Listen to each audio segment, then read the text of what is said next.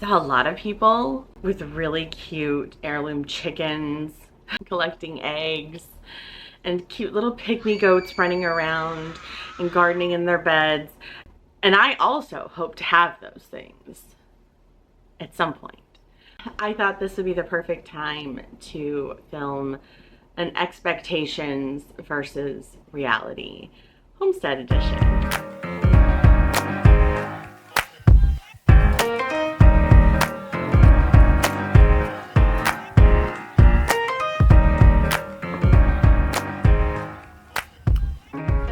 So you're watching this, you're probably dreaming of buying some land, maybe 5 acres, maybe it's 50 acres, and you probably have a Pinterest board. Probably looks a lot like mine. It's probably filled with garden beds, dreamy raised beds, rows of strawberries. Mine is English gardens. I love a beautiful English cottage garden. Maybe you are a cabin in the woods kind of person. I had cabin in the mountains fantasies for a while, until we looked for properties in the mountains, and I realized I was too scared to let my dogs out at night because there were bears everywhere. You got to be a special kind of person to live in the mountains. And I have a newfound respect for people who mountain dwell. I don't think I'm tough enough. I think I'm a Midwest girl. I'm from Missouri, and now we are homesteading in Indiana, and it's definitely my sweet spot. Give me Midwest farms every day of the week. That all being said, I get it. I had the same dream. I still have the same dream. I haven't fulfilled it yet. I'm on the path to fulfilling it, so I get it. I get the dream.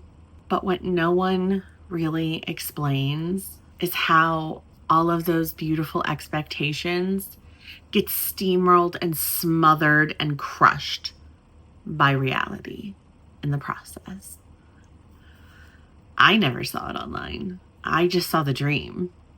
I saw years of hard work from people masquerading as I just moved here and started this, when in fact it was years into the process.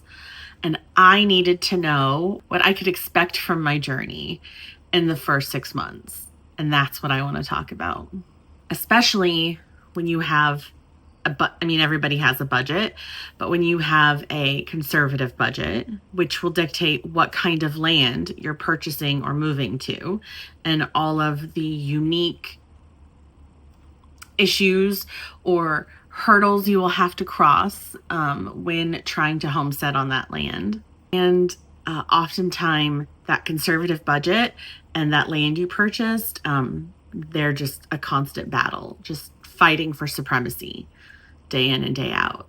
So I want to talk to the person out there, the dreamer, who is dreaming of building something generational, something important, something sacred, something sustainable in this world of disposable everything. I want to speak to you right now so you can start this journey with all of the tools you need to succeed and accurate expectations of what to expect. Here are the biggest surprises that I thought I was prepared for, but turned out I didn't have any idea what was coming. This is just my experience. This might not be how it is for everybody else. I'm sure everybody has their own unique experience. But what I failed to find online were people talking about the reality of what comes before that, everything that has to be built and put in place, and how long that takes, and that you're still you, and you're still living life, and you're still trying to appreciate the moments and be authentic to yourself during that process of just not where you want to be yet, but you know you're on the path to getting there. And what that looks like. We did a lot of things and made a lot of sacrifices to start our journey with a pool of funds. Let me just tell you, the pool of funds just disappears in the wind. Like, it just goes so fast. And that was even with really careful, methodical planning and budgeting. So let's dive into the specifics. Yeah, come say hi. You can't, no, you can't go in between. Okay.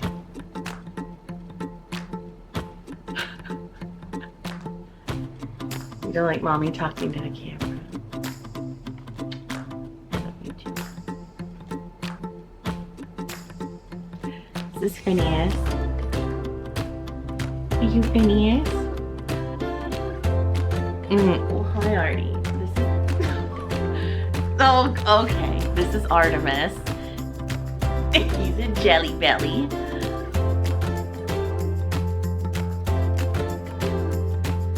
They don't like it when all the attention's not on them.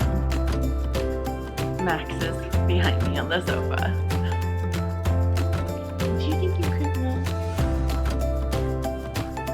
How do you feel about that? Do you think we could move? Come on, let's reverse out of here. Beep.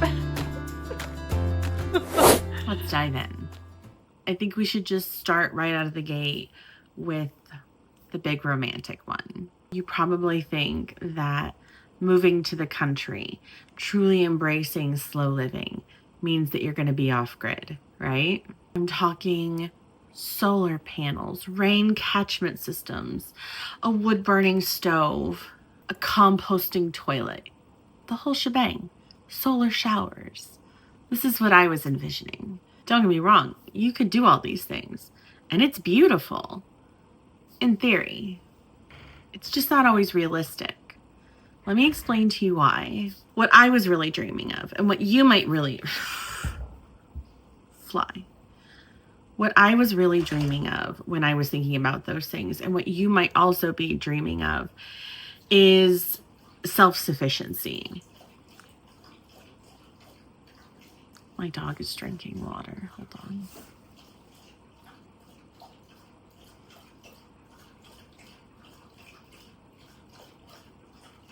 $2,000 later. He's dead now. What I was saying was, what I was really dreaming of and wanting there is self-sufficiency. And jeez, he's really thirsty. Don't put your wet mouth on my coffee cup. Not relying on anybody. Self-sufficiency. And I get it. That's what I still want. Okay, we're not playing ball right now. He's laying down. I think he'll behave now. I'm sorry, I'm wiping slobber off on my shirt. That's gross. I need a reset. Okay, so here's the ugly truth.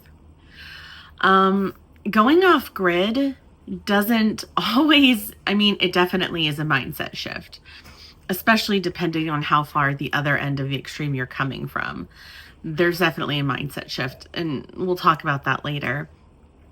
But it also requires something that a lot of people don't talk about. Money. It takes money. It actually, in a lot of cases, requires more money to be off grid, to do with what you think is less, than it is to just be on the grid. Let me explain to you those situations. For us, we realized it pretty quickly. We hunted for properties for the better part of a year, really, really intensely traveling all around about 5 different states in all the way from Georgia up to Ohio, sort of on the Midwest, East Coast. And our budget was a fluctuating budget. So for us, we were looking for more than 10 acres. I had homesteaded previously on a pretty decent scale on 5 acres in Missouri. So I kind of already had in my head what I could do with what land. And my husband, Brian, had expectations of what he wanted to do on the land. And what the ultimate goal for us is, we're not just wanting to homestead, but we're also wanting to build a family compound. This is becoming an increasingly popular idea because, firstly, land is expensive, living anywhere is expensive. The whole world is becoming it's becoming an increasingly popular idea for a reason, because it is crazy expensive to live. And when families can pool their resources, like share land and share a lot of the costs, like establishing utilities, it's incredibly beneficial for a family in the present as well as generationally throughout the future. So we knew we needed enough land not only for us, but initially for my sister-in-law to come, and then my mother-in-law, and maybe at some point in the future, any of our kids, because Brian and I have 7 children and 8 grandchildren. So the chances that we will need room for more family members on our property are probably pretty strong. But for now, just those 2. We also knew that we wanted to try to make an income off of our property, and that was probably the biggest need for more land. So we were looking for 10 plus acres, no cap on however many we could get. And ideally, we wanted a house that was livable, but we could upgrade it and renovate it, but it was livable so we could move into it while we did those renovations. We were looking for land that preferably had a water feature on it, which was really tricky to find, actually, and that had usable land because, like I had mentioned, we looked in the mountains and you can find lots of land for cheap, but that's because it's not usable land. And also we were looking for land preferably that was partially treed and partially cleared. This doesn't sound like a crazy list, but it was actually a very tall order. Oh, also our budget was at the very top, like cannot go over by $1, $300,000. We hunted and hunted. When I say our budget was $300,000, that meant if we spent $300,000 on the property and the house, we would have no renovation budget. So the house would need to be ready to go, good to go as is, not needing anything.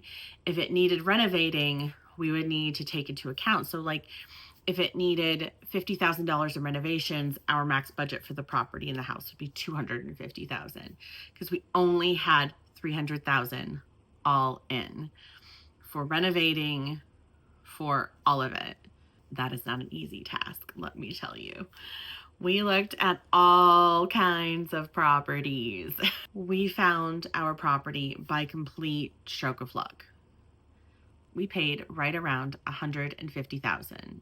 We have 18 acres, and it had several structures on the property. Technically, there's a house, there's a garage, I have other videos on all the structures, but all that being said, none of them were livable. We thought when we purchased it that some of them were going to be livable much quicker. We've since found out otherwise, but I digress. That's a different video. The point is, there were structures already on this property and they had utilities running to them already. So it's not that we don't want to be off-grid here. It's just that spending $20,000 on a solar system isn't more urgent than, a working roof or just the walls to a house, floors inside, safe electrical, those things are all taking priority over being off-grid. We're still taking steps that we can on the side, but it's free to just connect to the power that's already run there or connect to the water that's already run there. Doesn't mean that in the future our goals won't work towards off-grid, but the off-grid fantasy kind of dissolved when on the grid was free or relatively free and so readily available on our property already. So off-grid really depends on the property you buy And you should take that into account. If off-grid is the priority for you, then you really need to be more selective with the properties that you're looking at. Spend less money on the structure and maybe just build something from scratch. Maybe just buy land. Maybe that's the option for you. But that's something you need to be thinking of. If there's already a house there, it probably has utilities already run to it, and you might need your finances to stretch and go to other places before you can place them here. Like every YouTube channel I saw that had off-grid people, they had these the solar power packs and the systems that the companies just sent them. Yes, companies will sponsor you and send you their systems. I hope to grow this channel, and one day maybe we can also get one sent to us, because I would love to talk about it and film it and promote the heck out of any of those systems. Please sponsor me. But we are a new channel. We don't have years of established videos, and so there are no companies beating down our door to send us free products to help get our property off grid. There are no well diggers who are looking to have their company promoted by us talking about them digging our well for free.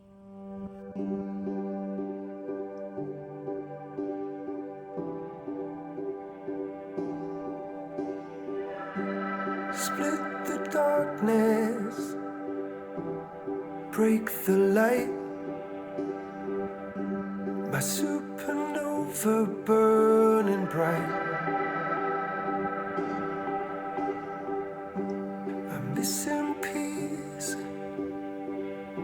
forever apart. Surpass the marker, take your flight.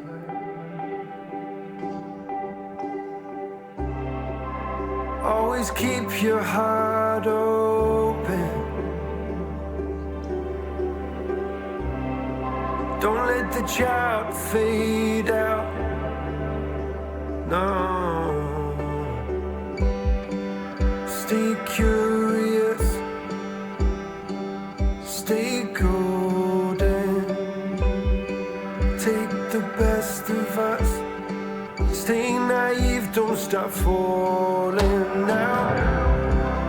Always keep your heart open. Don't let the child fade out. No. Keep your belief in where you're going. Let's move on to the next expectation versus reality. You bought land, so now you're a farmer. You're going to start farming right away, right? Well, it doesn't always work that way.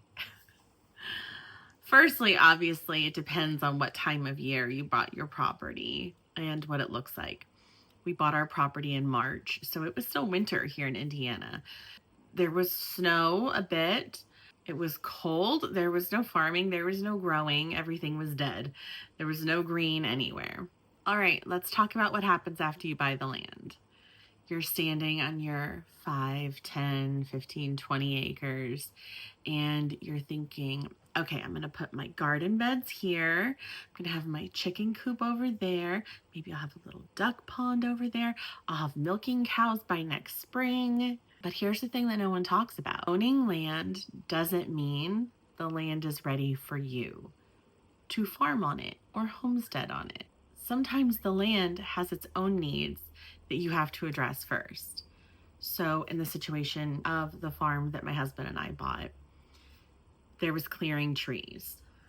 Every structure, every square inch was covered in trees, not like an established forest. Like this was land that was cleared, and the weeds had just grown up for so long because it had sat abandoned that it had trees everywhere. And we knew, because we purchased in March, so it was still winter, we knew it would be far easier for us to clear these before they started to get green. So that's what we did initially. That was what dictated all of our time and energy from the very beginning. Clearing trees. We had to clear trees away from the structures. Like the barns literally had 15 and 20-foot tall trees surrounding them, like up against the structures on all four sides. You had to like part trees to get in to even see what was inside of them. It was wild. So we hadn't even seen a lot of the land. We have this 2-acre lake and you couldn't see it. So land clearing took precedence over everything. And that can be very expensive if you're paying someone to do it. So we had to come back to our very finite budget and we had to make room to purchase a tractor. Because we didn't move from Florida to Missouri with a tractor and tractor attachments in tow. I could do a whole video on tractors because I feel like we watched a lot of videos about what tractor to buy. And I feel like those people were sponsored too. I don't feel like we got accurate, gritty, real information from them because every single one we saw was like, oh, you should have a cab. Yeah, a cab on your tractor would be great. If you are a millionaire, no, not a millionaire. I'm exaggerating a little bit, but cabs are super expensive. And when I say we're on a budget, I mean like we have no jobs. The money is only going out the door, not coming in the door. I can't drop $100,000 on a tractor. Luckily, we found a fantastic tractor company and they were so helpful in helping us figure out what we needed and what we could afford. During this whole process, we are paying for everything in cash. We are taking on no debt because that is part of the dream, is zero debt. It's low living. So we had to buy a tractor. That comes off the bottom line of funds. So after we started the process of clearing trees, then there comes the next part. Okay, you've got the trees cleared, now start farming. It's not so simple. Again, the land often dictates what is needed over your wants for the land. So we're moving out of winter and into early spring. Tornado season, lots of rainfall. We discovered Indiana mud. That was intense. That is intense. It's still happening. There's actually right out my front door right now, it was a mud pit because it rained all last night. So we started seeing there was water being held.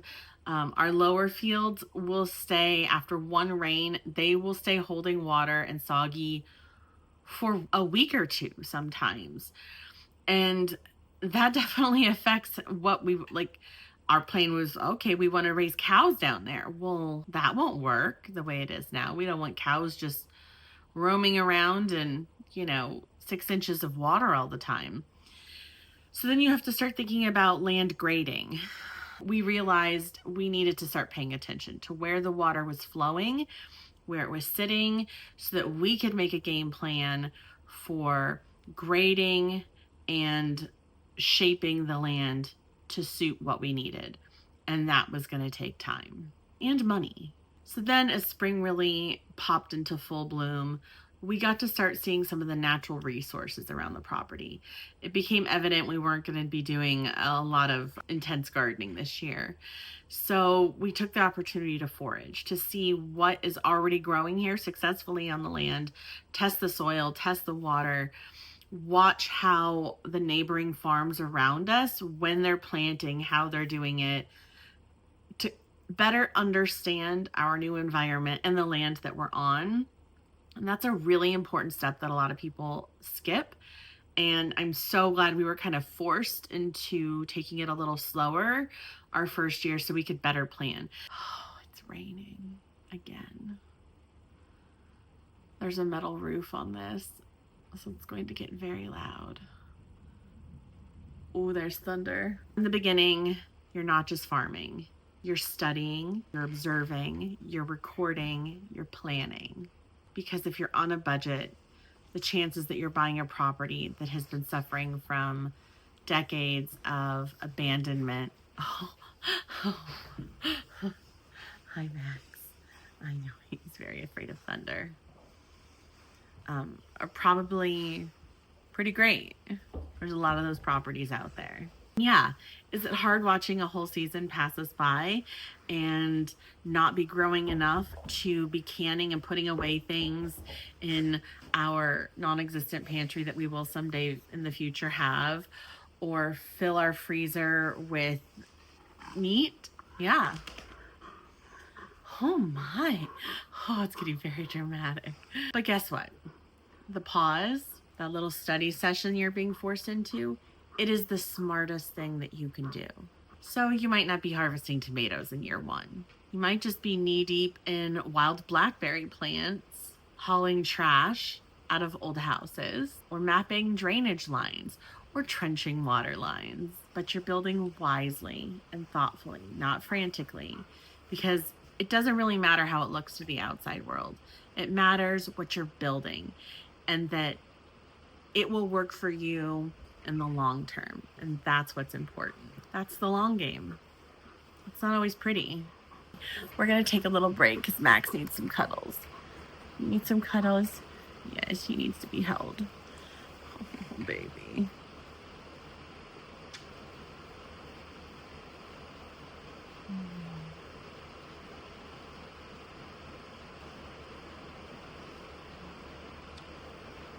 It's okay.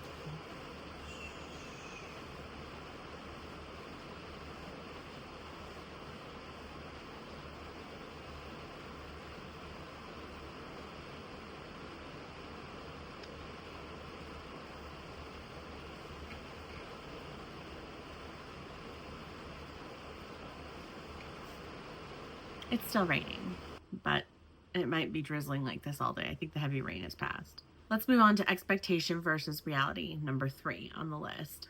So you found your land, you're planning your build or your renovation, and you're thinking, I'm a savvy shopper. I'm going to save big and I'm going to buy everything used, all my building materials, all my fixtures. I'm going to find them used at auctions and antique stores and salvage yards and on Facebook Marketplace. And maybe you can. Maybe you can do that. Maybe you can be that person. Maybe your area is really good for that. But don't bank on it. It's not 2015 anymore. People know the value of the things they're selling now. Everyone has the internet. Everyone knows how to Google, even your grandma. Here's what actually happens in my experience.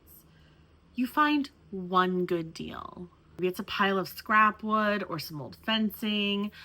Some builder has leftovers from a project that they were working on and they're just looking to clear it out and make a buck. Message the seller.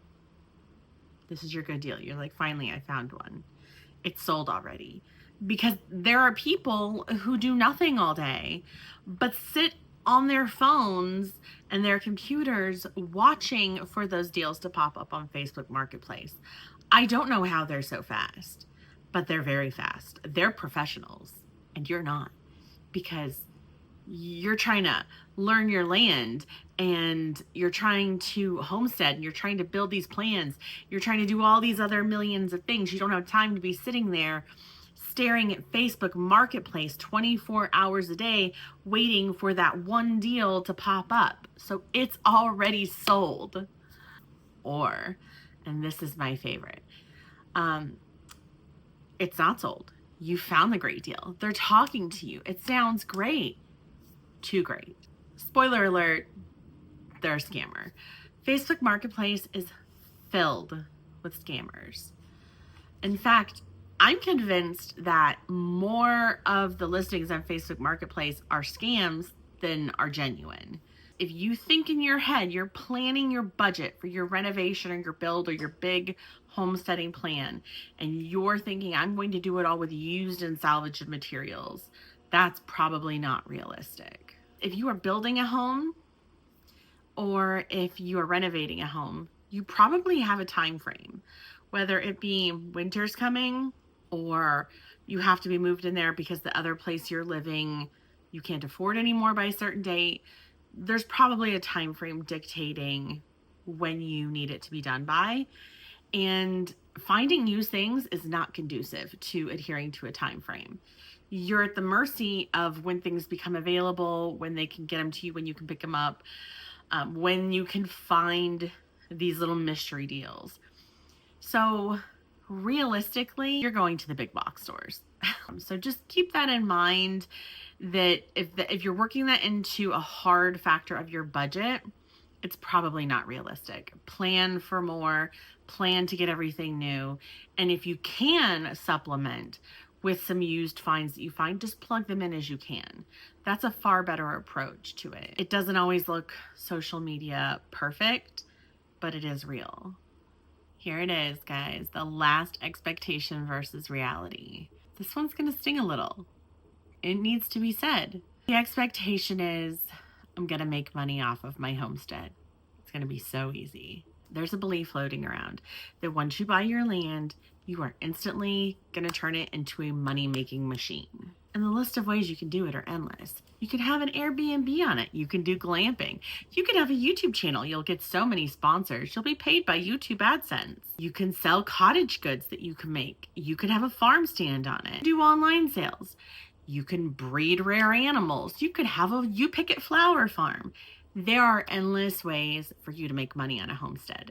But here's the truth. It's not that it isn't possible. It's that it's not immediate. The people that you see doing it online successfully have been doing it for years. And I don't think that they hide that fact, but I don't think they advertise it either. It definitely comes off like I've started homesteading and this is how I do it. I make all of this money doing all of these different things. They're showing you the polished version, the payoff. They're not showing everything that it took to get to that point. And I think that that's the important stuff. Or some people are doing it a little bit sooner, but they're not advertising they had a lot of seed capital up front to do that with. Maybe they bought a property that was already livable, that already had a house on it that was ready to go. That could definitely jumpstart you making money off of your land a little bit sooner. There's a lot of factors that go into it. But for most of us, we're working with a limited budget, and that will mean there's probably work for us to do on any property we buy. Not all of us are able to afford already cleared land that's beautiful and Instagrammable on day one of your closing. Meanwhile, there's people who've definitely just purchased land that has no livable structures or structures of any kind on it. And there is so much infrastructure behind the scenes that is required to make it livable. And it's just not talked about enough. Your time, your money, your energy, your brain power are all in survival mode. You're not thinking content creation. You're not thinking product launches. You're thinking, how am I going to get my basic needs met?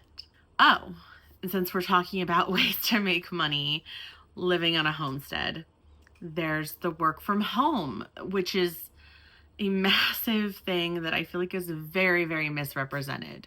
Everybody says, just get a work from home job. I'll just get a work from home job. That remote job that you're banking on getting that's going to be paying your bills while you do everything else, you frolic around and you have a work at your own pace whenever you have time work from home job because you can get Starlink, so you have internet. Yeah, well, you and 10,000 other people are applying for it.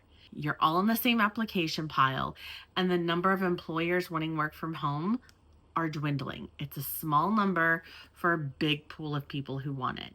And then within that, you've got, let's say we have 50 work from home jobs available.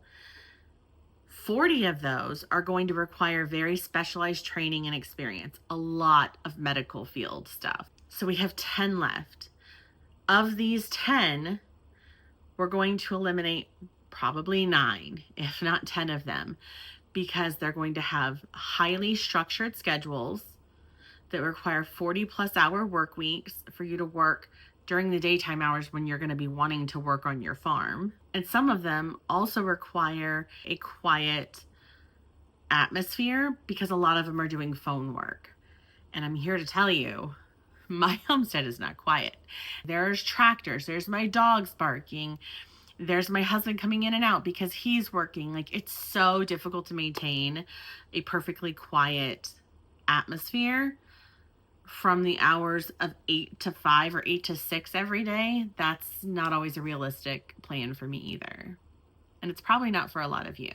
So here's what I want to say. Don't go into building your homestead with the pressure to monetize it instantly. Let it become what it's meant to be. Let it heal you first before you ask it to fund you and your lifestyle. If money does come later, great. That's wonderful. But don't make it the measure of your success. Sometimes the most valuable thing that your homestead can give you is your freedom and your sanity and your soul back. I entered this thinking I already had an e-commerce store that was pretty well established. I just needed to establish a studio space here on our new land that I could reopen it once we moved. Like I said, no livable structure, so that's a much easier said than done. Just getting electricity to some of these structures, while there was technically power on the property, it was very outdated and unsafe and not usable in most of the structures. So it's there in the ground, it's just not tapped into in the structures. Not to mention the structures leak water, are filled with creepy crawlies and critters, and have no walls and sometimes no doors or windows. So I've had a lot of my customers asking, when are you going to reopen the studio? When are you going to reopen the shop? And I would love to, but where would I reopen it at right now? Maybe I could reopen it here.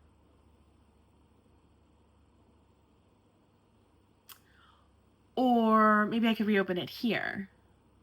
Looks like maybe, no, not a good option. It's easier said than done. I used to run with the wild wolves. I still run when I hear them call. It's in my blood, it's in my soul. 'Cause once you're a wild thing, it never goes. If you've made it this far, I really hope you're still excited about your homesteading and family compound dreams, and I haven't scared you off. But maybe now your dreams are a little more fine-tuned and realistic too, which is important going into this. It's a really big step. Honestly, it's a better place to start out from, with your eyes wide open. Because the one thing that I have learned so far is that this kind of lifestyle, whether you're building a homestead, a full-blown commercial farm, or a family compound, or a combination thereof, it rewards realistic plans, hard work, determination, not fantasy, not visions of grandeur, not the conjured up social media lifestyle that is painted online. But it does give you freedom and a sense of peace that I have not known in such a long time. You do not need to have it all figured out before you start. You absolutely do not. I certainly don't. I think I probably have 10% of our plan figured out, and the rest I'm just crossing my fingers and winging it. But the more realistic expectations you have before you start, the easier your journey will be. Just know the beauty will come, but it will take time. That's what we're doing here, is learning to appreciate the process, not just the end result. It's not an easy thing to do because we definitely live in a results-oriented society, but the process is important. That's the part that builds character, that you tell stories about, that you're in the trenches bonding with your partner over because you both want to pull your hair out and scream, but instead you look at each other covered in probably manure. We're just going to pretend it was dirt though. And jagged fingernails and growling bellies, and you stare at each other and you laugh and you realize this is what it's all about. This is what it's all about. The process is what you're here for just as much as the results. And if that is the path that you are on and you want to walk down, I hope that you'll stick around. There's so much more that I want to share. Mistakes and hopefully the budding beauty that will soon be coming. Subscribe if you're dreaming of building something messy and beautiful, or if you're right there alongside me in the trenches building it now. I would love to swap stories. And please leave a comment and tell me what expectation you also had and how the reality I shared maybe burst your bubble, or maybe you already expected those things. See you next time. With the wild thing.